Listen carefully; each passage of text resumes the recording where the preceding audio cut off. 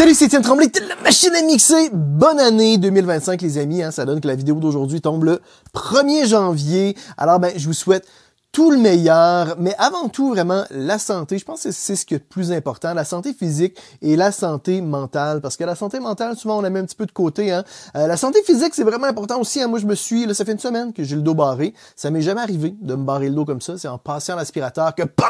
Le dos m'a barré solide. Fait que si jamais vous avez un bon vieux remède de grand-mère pour soulager les lombaires, écrivez-moi ça dans la section commentaires. Fait que pour cette première vidéo de l'année, on va y aller en douceur, justement, avec un truc vraiment relax.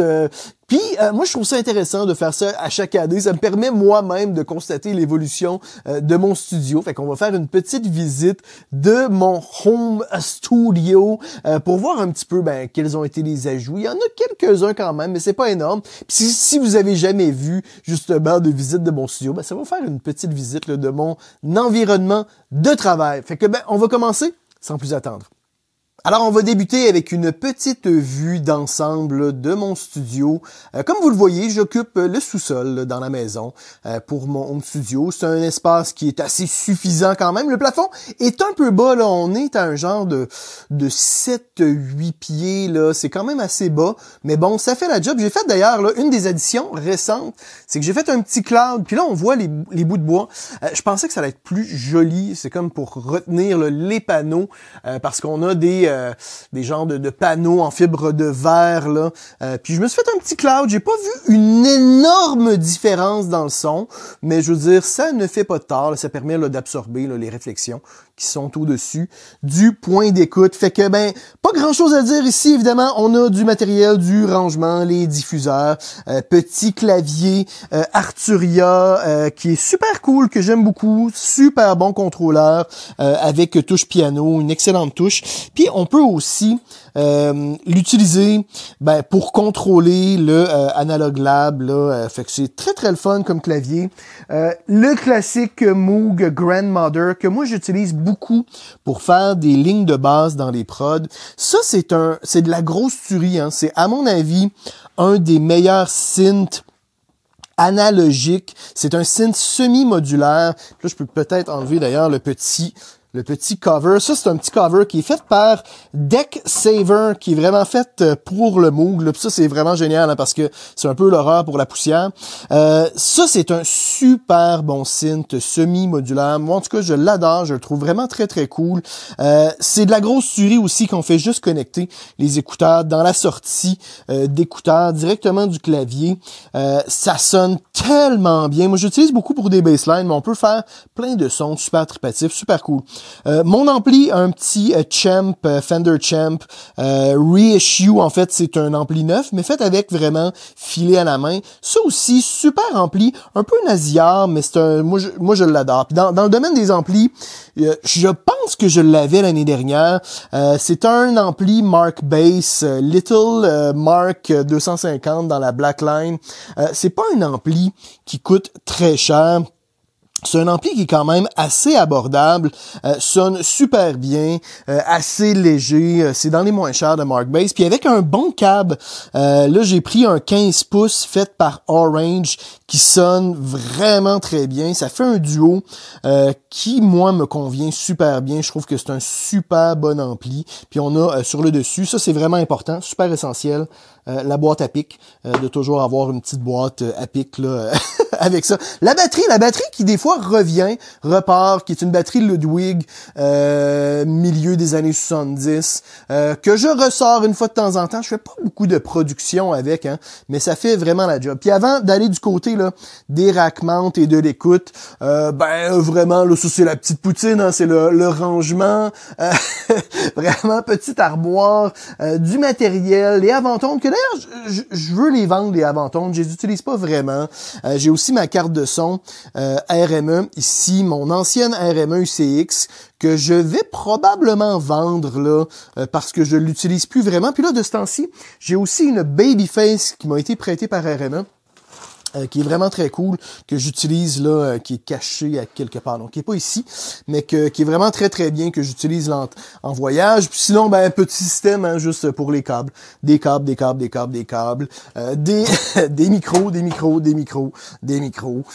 C'est pas super intéressant, c'est le côté rangement, hein, qui fait partie de tout studio. D'ailleurs, côté rangement, une nouvelle addition, c'est ce meuble Argosy, qui est un meuble rack mount là, qui est vraiment très cool. Puis ça, c'est une dépense qui est vraiment casse-couille parce que ça se vend cher quand même, ces maudits rack mount là.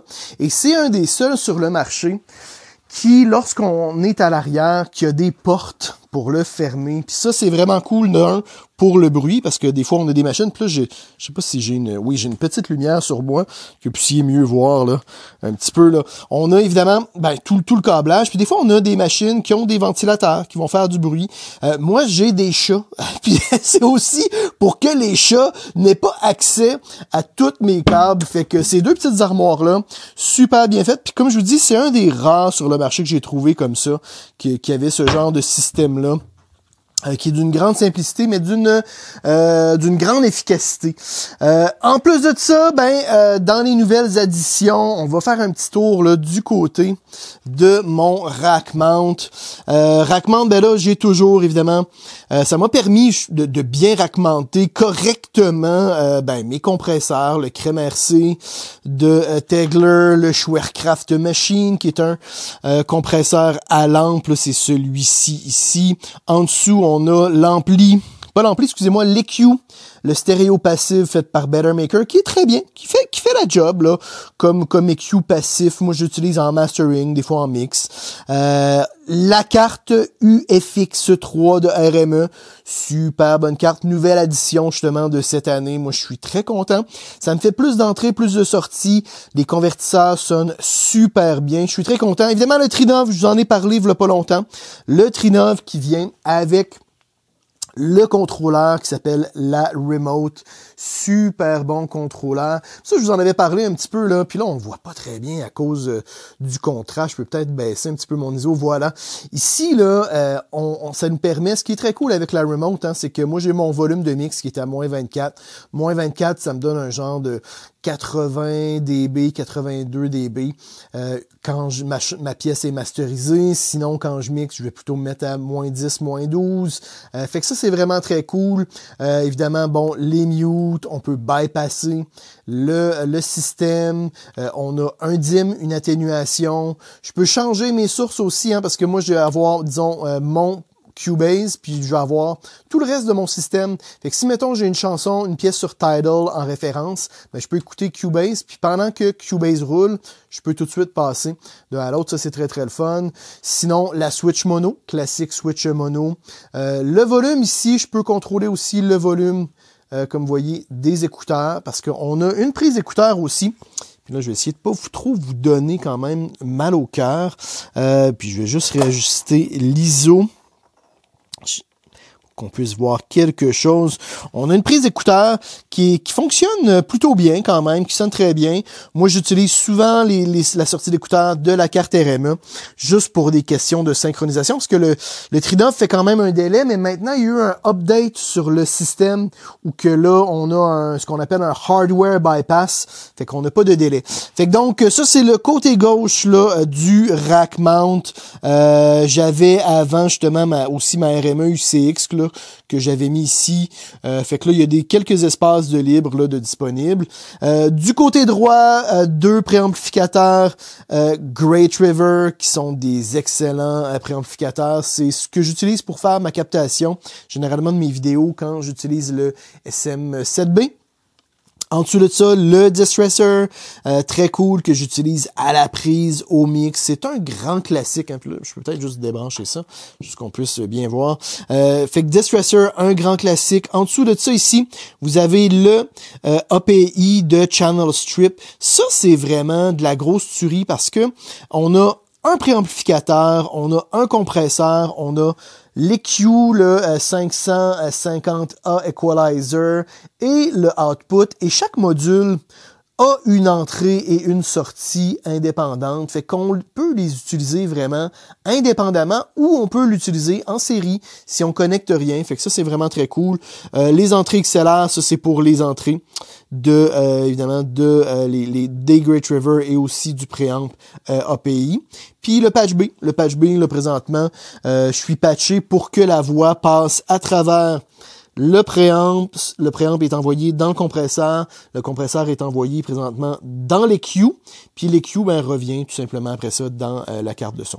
Puis là j'ai aussi dans le bas mon rack série 500 qui est atrocement vide, qu'il faut vraiment là, que je me motive à le remplir là. J'ai quelques modules en tête que j'aimerais bien me procurer. Là, présentement, j'ai juste l'EQ de Tegeler qui est un très cool EQ, mais il est mon rack là présentement qui est un 500V fait par API est atrocement vide. Faudrait vraiment que je le remplisse.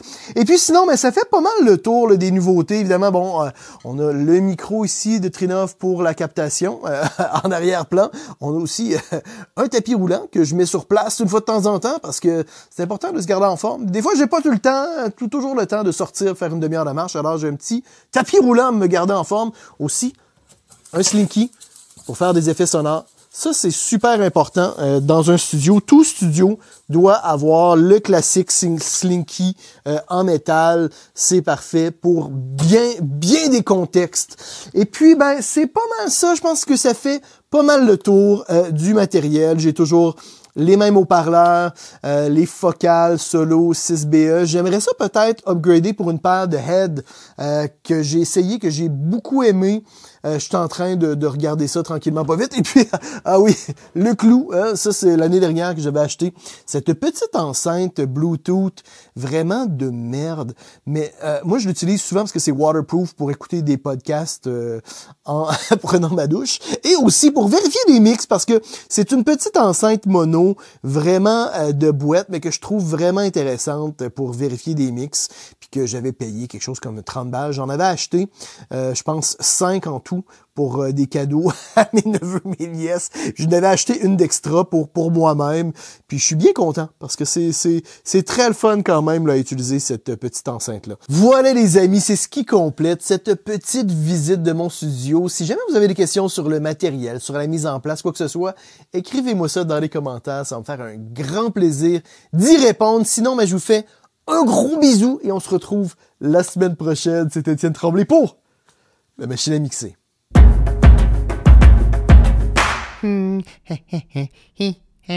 Abonne-toi.